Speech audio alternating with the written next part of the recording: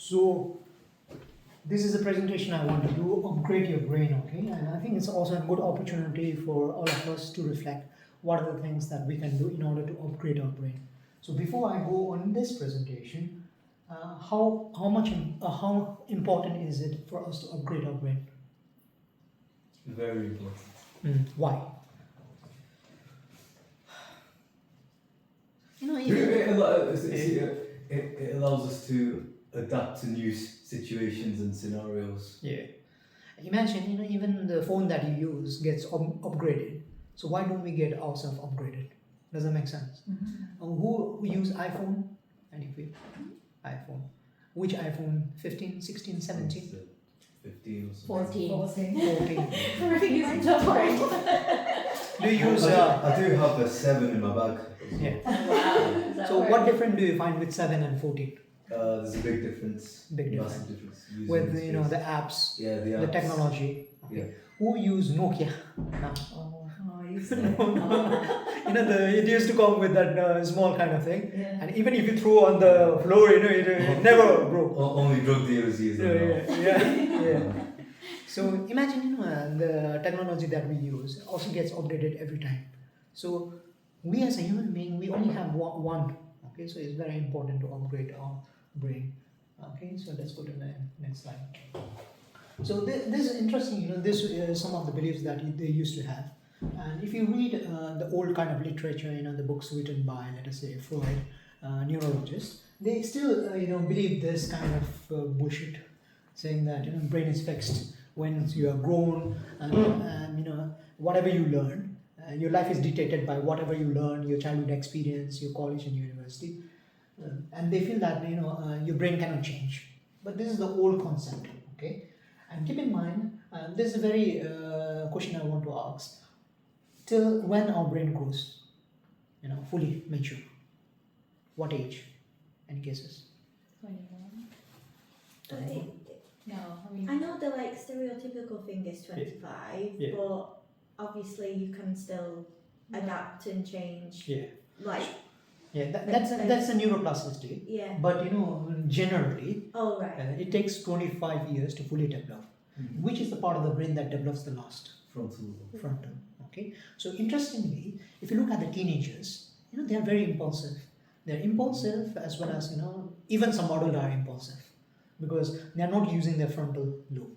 Frontal is more like a facts checking, decision, execution, and everything. It comes on the frontal lobe. Okay. So keep in mind that different parts of the brain grows in a different rate. Yeah.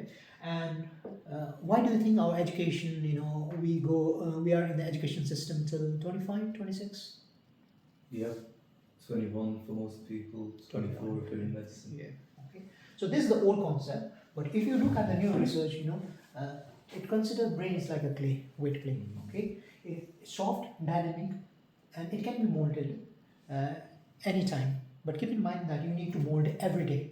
It's not like, okay, I've learned something 1 year ago, so now I'm going to rely on the information which I've learned 1 year ago. Okay, so you need to change everything. So the thing that I'm going to focus is 4 areas. Number 1 is we'll understand about biological wire of the brain, how the brain wiring is there. Second thing, we'll learn about how to master it to the concept of neuroplasticity. I will also discuss about what are the diets that can increase your brain and some exercise. Okay, so let's go to the next one. Okay, how many of you have seen this? Okay, so this is a neuron. Yeah, in neuron you can see that this is dendrite, this is axon, this is nucleus. Okay, and each of the neuron communicate with each neuron. What happens when they communicate? Any guesses? Well, that's the synaptic cleft, isn't it? So Yeah, the synaptic clefts. neurotransmitter release. And Yeah. And Yeah. different chemicals get released. Sometimes acetylcholine, norepinephrine, dopamine, serotonin. So they are called as monoamines. So this, in a normal kind of nervous system, we have got 86 billion neurons communicating with each other. And interestingly, the concept in the brain and the heart is they function in 2 ways. One is through like electric circuit. Even in the heart, we have got the pumping, the electric circuit. Even in the brain, we have got this electric circuit. Okay.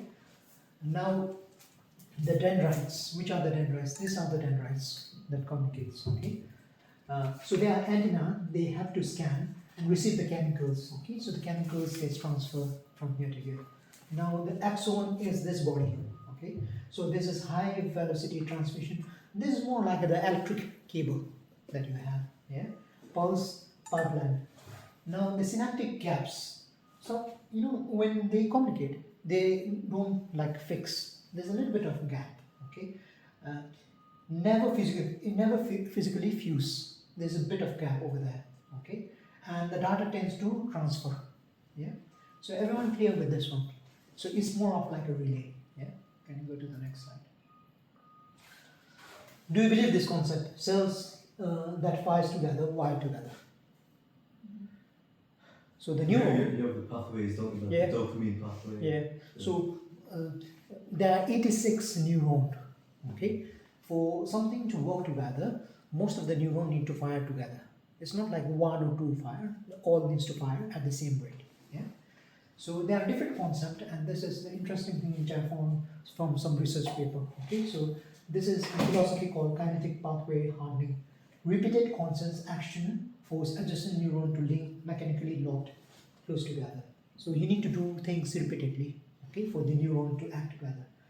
This concept is a bit outdated. It came around, let us say, in 2000. Continuous high frequency loop morph footpath into a hyper effective path highway. So this is the example that I read on this is, you know, if you go to the forest, if there's no any road, okay, is it easy to go inside or not? But if people tend to walk every day on that path, a new path is formed, and then it becomes easy to go, okay? So similarly, you know, we need to repeat on, reflect on, and make some changes. When you go to the forest, you know, sometimes if the road is not clear, if you just go, you might have a risk of, you know, cutting yourself with the thorns and this. So you also need to be sure that, you know, you remove that. Resource optimization. This is automation, unlock the processing brand, transforming a chucky technical habit. So for automation, you need to have habit. Okay, you cannot, for example, if you want to learn a guitar, can you just play today and be an expert? It needs to be habit and it needs to automation. So this is some of the concept that we need to be sure how we wire. Okay, so let's go to the next one. Has anyone heard this concept of neuroplasticity? Okay. So when I looked at the paper, you know, the neuroplasticity is something that is quite booming US. You know, they talk about this neuroplasticity. Neuroplasticity is also, they have done a lot of paper on this neuroplasticity. So the simple definition in a plain English is brain biological power to structure alter the physical mapping framework, generating healthy network links while actively proving the stagnant one that based on the life sense. So what does this mean? What do you understand from this? Means that it's constantly adapting, so it's creating new connections and removing the old ones. So the neurons that you don't use it, automatically it gets washed off. Okay. So in order to have this, you need to make sure that you fire them together. This is very concept that you need to be aware. This process, it doesn't stop after 25. The wiring kind of thing still goes on. Okay, so it's a continuous process. Can you go to the next one? Have you heard this term like pruning, growing, speeding up? Yeah, okay. Growing is, for example, that the more you use it, the more fresh kind of neurons come into play and they make more connection. So if you want to make sure your cognitive skills set are par, you just need to practice on and on for the new neurons to grow. Pruning is, like the neurons that you don't use it, systematically it gets cut. Okay, so this example I can find if you do a memory clinic, some of them, they say they have been driver for a long time, and after COVID they have stopped driving. Okay, they will say, oh no, I'm not very confident, I find it difficult to drive. This happens because of this process pruning, because the cells which are connecting, they go far away and the neurons get washed off. Yeah, speeding up. But keep in mind that even these neurons are getting washed off, but if you practice again, it's much easier for that to connect again. So this is called as speeding up. Okay, and the myelin sheath, the axon is covered by myelin sheath. Where do you see the myelin sheath get destroyed? Any Multiple sclerosis. multiple sclerosis. Okay, so ALS also, this myelin sheath get destroyed. Yeah. Okay, go to the next one. So this is some of the example now. For example, if you want to learn any motor new skills, yeah, like playing, cooking with new recipe or playing a guitar, normally, the path starts after 1 week. Yeah, but for that path to be fully integrated in, it takes normally 3 months. It doesn't happen in a week or so. Yeah, and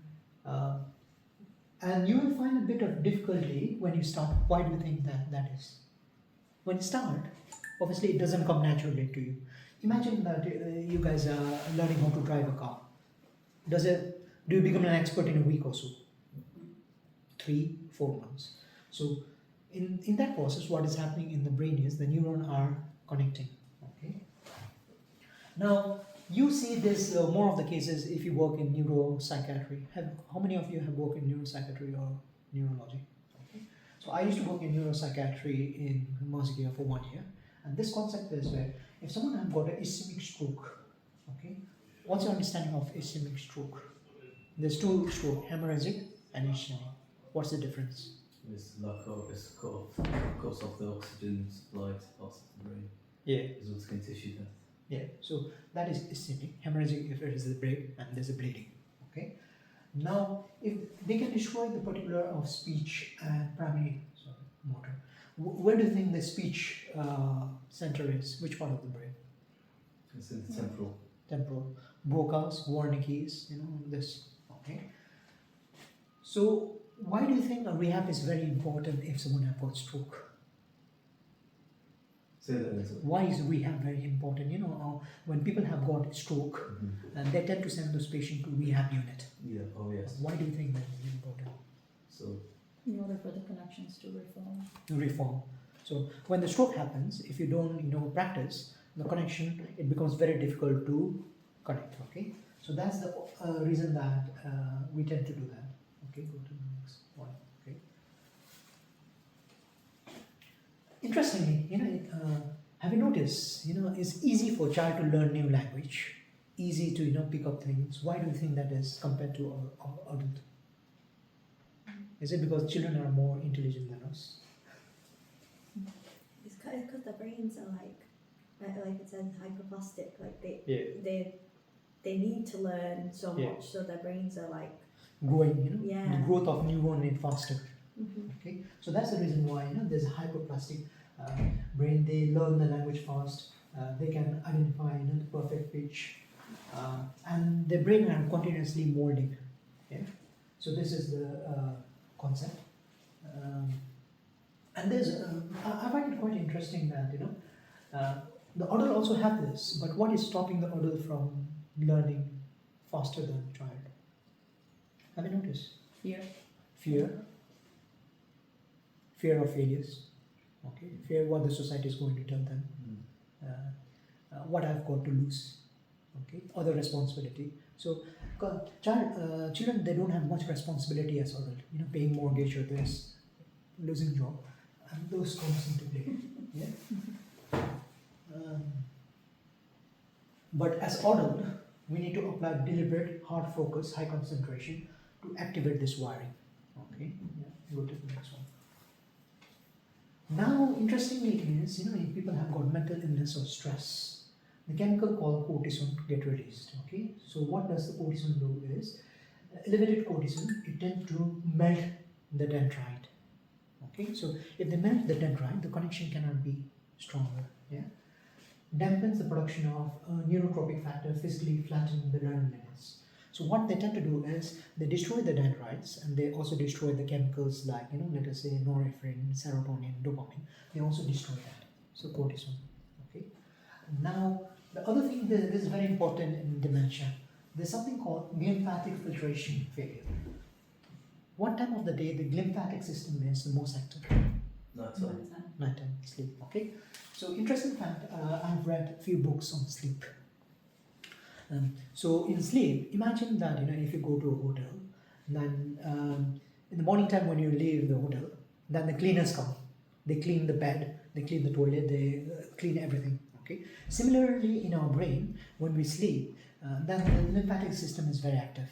They cross the blood-brain barrier and they clean all the toxins in our brain. Okay, so they take out like cortisone, they take out the chemicals which are not important, flush it off. Yeah, but if you don't have the chance to flush it off, those byproducts still remains in your brain. Like imagine your room. If you don't clean it in the morning, just when you come at night time, the bed will be dirty for you. Okay, so that thing will stay in bed. Yeah, so skipping sleep. So if you skip sleep for a long time, it's going to impact your long-term memory and also impact your function. Is it only long-term memories that affects? The short-term memory is in the hippocampus, but the lymphatic system is more generalized. Okay, but initially it impacts the long-term, but later on it also impacts the short-term. Yeah. Now there are 5 upgrades that you can do. Okay, first, I've advocated of automation, but sometimes you also need to force the automated routine. The routine that you normally do, you also need to abandon to try the new routines. Okay, this I've tried it. I'll give you an example. Okay, I tend to run a lot, but sometimes I've realized that I run in the same route. It gets boring, and my mind doesn't have enough challenge. So I tend to go in a different place to run, the place that I've never ran before. So I see new people, new area, new experience. Sometimes I just run with different groups. When I read books, sometimes I read books which I don't feel comfortable. So this is to really challenge your normal kind of brain to develop new. Second is eliminate the toxic content switching. How can you do this? How many of you watch reels, memes? Okay, negative news, TikTok. They talk about nonsense bullshit about all of this. So try to minimize that. Yeah. Second is practice the structure requirement. Run it repeatedly to lay down the dense structure. So if you work in the memory clinic, most of the patients that you see have got mind cognitive impairment. And if you realize, they will say, doctor, I don't have anything to do. I just wake up, have tea.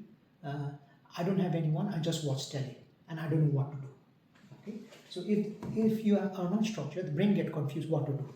So the brain also needs to have kind of like to know what to do. Yeah. Sleep is very important. 7 to 8 hour window, and in sleep also it is important to have deep sleep. Okay. Deep sleep is a time period where you see dreams. Yeah. And uninterrupted sleep. Even in the sleep, it's sometimes if you're not able to get adequate sleep, make sure you have the same routine sleep. For example, if you go at 1, you wake up at 7.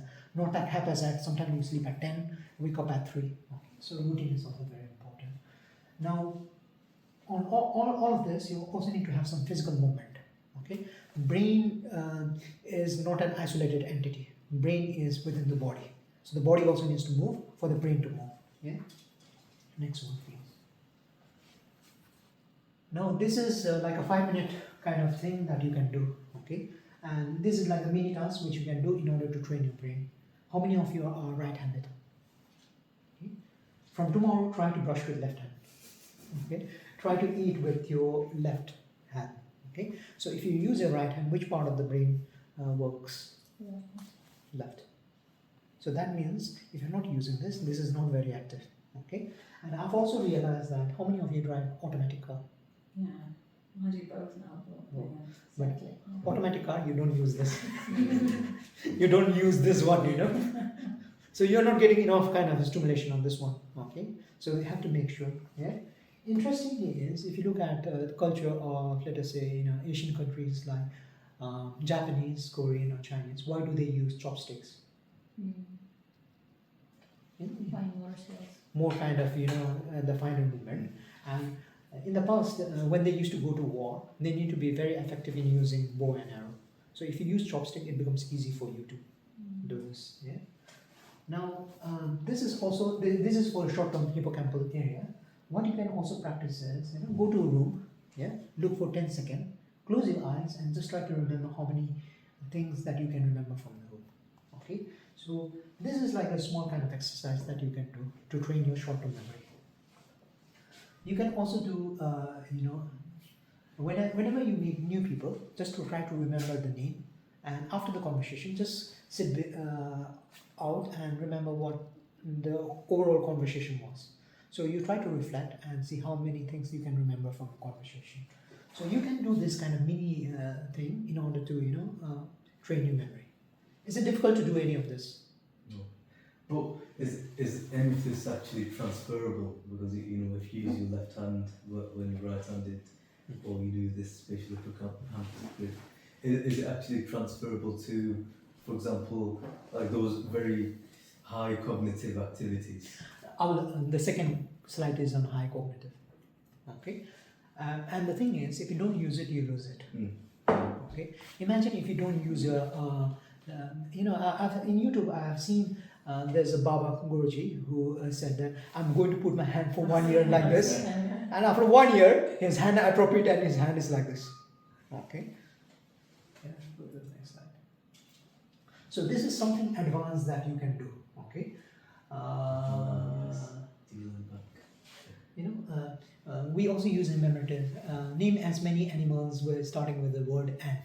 Okay, you can also practice that. Do you know what deal and back is? Yeah. It's like it's like a game thingy. Yeah. It shows like blocks, and yet you have to remember like. So that's the reason why we say do a crossword, jigsaw, Sudoku. This. Has anyone tried this one? Yes. Yeah. Well, unintentionally, when you turn the light and you try to run to your room. Yeah. Oh yeah. No way. See, I think the task which you can do, not complex like this, is close your eyes and like we used to play in the kids, give something in the hand and try to figure it out what it is and name it. Okay, so that also takes the proprioceptors kind of thing. Yeah. This is also you can do chronic tracking, speech. Has anyone when they sing, do they tap their legs? Do they tap their hands, clap them? Okay. So interestingly, this part of the brain, this task stimulates your frontal lobe. So we say, like go, no go, no. Mm-hmm. So if you also practice whenever you sing, like this, tapping your legs, indirectly you're also activating your front part of the brain. Sorry, just let you know, I've just come back from A&E, I've done like a full body search, she definitely does not have anything. So, Okay. Okay, that's very That's helpful. all. Yeah. So these 3 tasks, can you do it? Is it difficult to do? No. Okay. Yeah, go to the next one. What's an animal that starts with an M? So I've been trying to think of how many of you are cautious about the diet? Does the diet impact our brain? Yes. How many of you take salmon, walnut? Salmon, yes. Walnuts. So they have got omega-3 fatty acid. Yeah. They help to the structure blocks the the myelin sheath. It helps on that. Yeah. You can also get a tablet of omega-3 fatty acid if you don't take salmon and walnut. Yeah. How many of you take berries, virgin olive oil? Yeah. These are very important for BM and B level. So especially people who have got dementia, this is the sign which is. If you don't have adequate of this one, it help the brain gets the amyloid, amyloid Lewy body. So this is the one that removes the amyloid and Lewy body from your brain. Okay. Then you also have got egg and vegetable. Egg and vegetable is very important for acetylcholine, which is for your memory. Yeah. Moving forward, can you add all of this in your diet? Yeah. How many of you take sugar? Yeah. So what the sugar does is it causes inflammation. Yeah. And it also blocks the metabolic channels, lower your memory retention.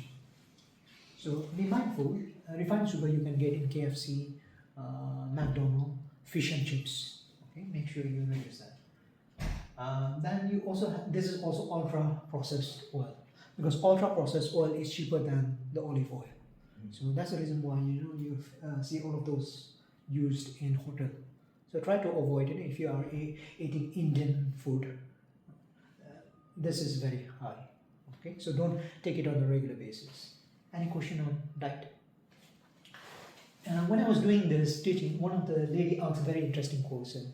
She said, does that mean that I have to eat this walnut, one packet every day?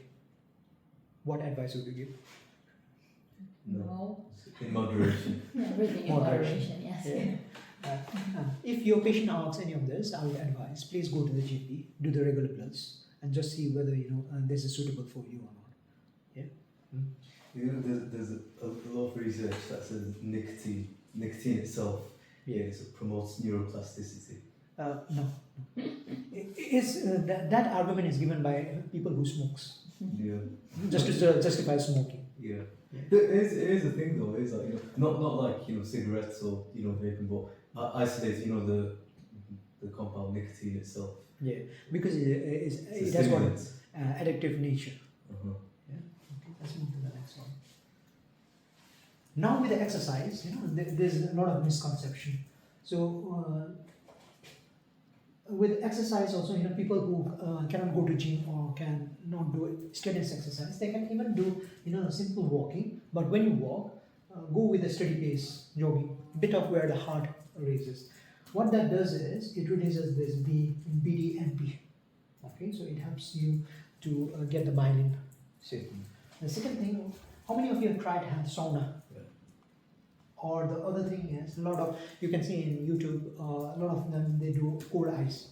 Okay, so what that does is, it causes a massive spike of norepinephrine and heat wave protein that breaks down the protein accumulation and enhances the focus. So this is also very important. Yeah. Now, how much important is fasting? Interestingly, there's a guy from Japan who did a research paper on fasting. Yeah, and he won a Nobel Peace Prize on chemistry for this. When I did a bit of reading on this, whatever food we eat, it converts to carbohydrate and fats. If you are not able to utilize fully, then they get into our body, and we have got a pot belly, chubby kind of thing. Okay, so but if you switch to fasting for more than 16 hours, that fat in this, it turns into ketone, and ketone is very good for your brain. Yeah, but some people have taken this into extreme by doing ketogenic diet. But ketogenic diet, what it does is sometimes it also deprives the brain from other kind of things that you need. Yeah? And the ketones are the one that prevents from inflammation. Okay, and it also helps you for the signaling. Can you go to the next one? How many of you know 21 days challenge? Yeah. So anything that needs to be formed as a habit takes 21 days. And in the brain, what happens is, 21 days is the time where the neurons can properly function as a group. Yeah. To do that, you need to have consistency every 15 minutes, uninterrupted focus. Yeah. And for some people think that, do I do this in a quiet room? Try to do in a place which is not comfortable, where there's a lot of disturbance. So that really helps you to challenge yourself. Keep in mind that whenever you do something, you will feel tired. You feel a little bit of boredom. That is happening because at that time the neurons are actually connecting. Does that make sense? So you need to bear that uncomfortable feeling and continue. That helps the neurons to connect more. Okay. So when mental fatigue comes, that doesn't mean that it's not working. That means that it's actually working, and you just need to have patience to go forward. Now, this is some of the highly practice that you can do, okay, in order to change the brain. Try to remember 5 technical words from different foreign language, and then try to see how it is pronounced. This is some exercise that I tend to do. Like right now I'm doing some Japanese and Korean, and just see how they pronounce and say. And what I tend to do is record myself and see whether the way I pronounce is similar to the way they pronounce. Okay, so that also helps you with linguistic spread. I speak 5 languages, so sometimes what I've also realized is because I live in an area where I don't use my first language, which is Gurung, because my wife doesn't speak that language. I only tend to speak with my parents. Me not using it, sometimes when I speak with my parent, I'm not that fluent that I used to be in the past. Okay, so what I've realized now is I tend to listen to, say, find some movie or something from my own language, listen to them, and repeat whatever they say, just to keep it active. Yeah. Try to play some new instrument, which will help you with the motor skills. Yeah. High friction. And this is the same thing that we have discussed. Try to read, different kind of books, different literature that really challenge your digestion. For me, in the past, I avoided reading politics. I avoided reading religion because I felt that those views are opposite to my political view and religious view. But now I tend to read them, okay, with any kind of like prejudgment. When you already have got a prejudgment, what happens is the previous kind of knowledge prevents you from getting the new knowledge, and your previous knowledge needs to be challenged in order to grow. Yeah. And keep in mind, 21 days is a time when the myelin sheath protective coating layers harden. Okay, so that's the reason why 21 days time. And yesterday when I did the similar kind of teaching, one of them said, okay, I finished in 21 days. Does that mean that I stop it? No. What do you think? Then you count 22. Then you count 23. Doesn't make sense. So when you achieve something, don't think that I have done it. The minute you stop doing it, the myelin protective which has been there tends to get loose. Let's go to the next one. Now, this is also some of the thing that I think you don't need to do all of this because it's quite complex. Yeah. Now, do you know the London taxi operator? They have to remember 25,000 this labyrinth string. Okay. And they get tested on it, don't Tested, they? yeah. They need to name each of this. They did a neuroimaging on their brain, and they found that they had a high level of this neuron and connections, and the brain was the hippocampal area and the other part of the, especially parietal, their size were almost double the size of a normal person. Wow. Okay, so it's more of like when you use a muscle, if you go to gym, then you have got good muscle. Same, the brain is also a muscle. Yeah. Okay. Yeah. Okay. I think this is the last takeoff. Number one is you need to take ownership. Very important. Okay. Try to do actively every day. The second thing is you need to challenge yourself with diet as well as your lifestyle. Yeah. And use it. Adaptability is also very important. The things which are relevant today might not be relevant in the coming years. So adapt, change with time. Okay. I think that's it. Have you got any question you want to ask on this topic? What is the take-home message that you are going to do it differently moving forward? Do something different.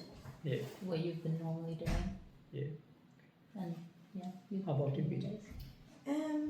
I think I liked quite a few things that I want, like hobbies that I've like kind of lost touch with, and like it's saying, like the 15 minutes a day, just keeping it, the consistency for 21 days might be a good first step to getting back into them. Like, But what is stopping you from doing it?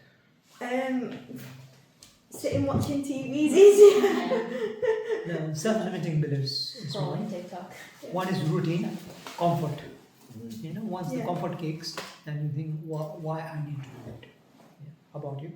I think it's the need for challenge. I think like when you're in training, you move a lot, don't you? You're always in new environments, you get challenged and things. Yeah. But I think it's good to see the impact that actually has on your brain. But also I think it's looking at it in other areas outside of work. So like you're saying, hobbies, things like that. I feel like that's an area I need to focus on more. Which professional has got the most active brain? Let's say psychiatrists. No. Athletes. Athletes. No. Politician. Mm. Because one of the thing of the brain is problem solving. Yeah. Thinking outside the box. Constantly changing. Constantly adapting. And constantly adapting. Because if you are in a politician, you have to see who are people plotting against me, who's going to take the power away from me, how I can please the people. There's like a constant kind of thing, and there's no any set rule of like routine. For a doctor, you come over here, do a diagnosis, treatment. So there's like a set kind of routine. For politician, there's no. Anyone can do a coup and come after you. So you can see, people like older people are in politicians like Trump, Putin. They are in the retirement age, but they're still active, thinking something. Yeah. How about you? What are you going to do different? Don't be afraid of uncomfortable situations.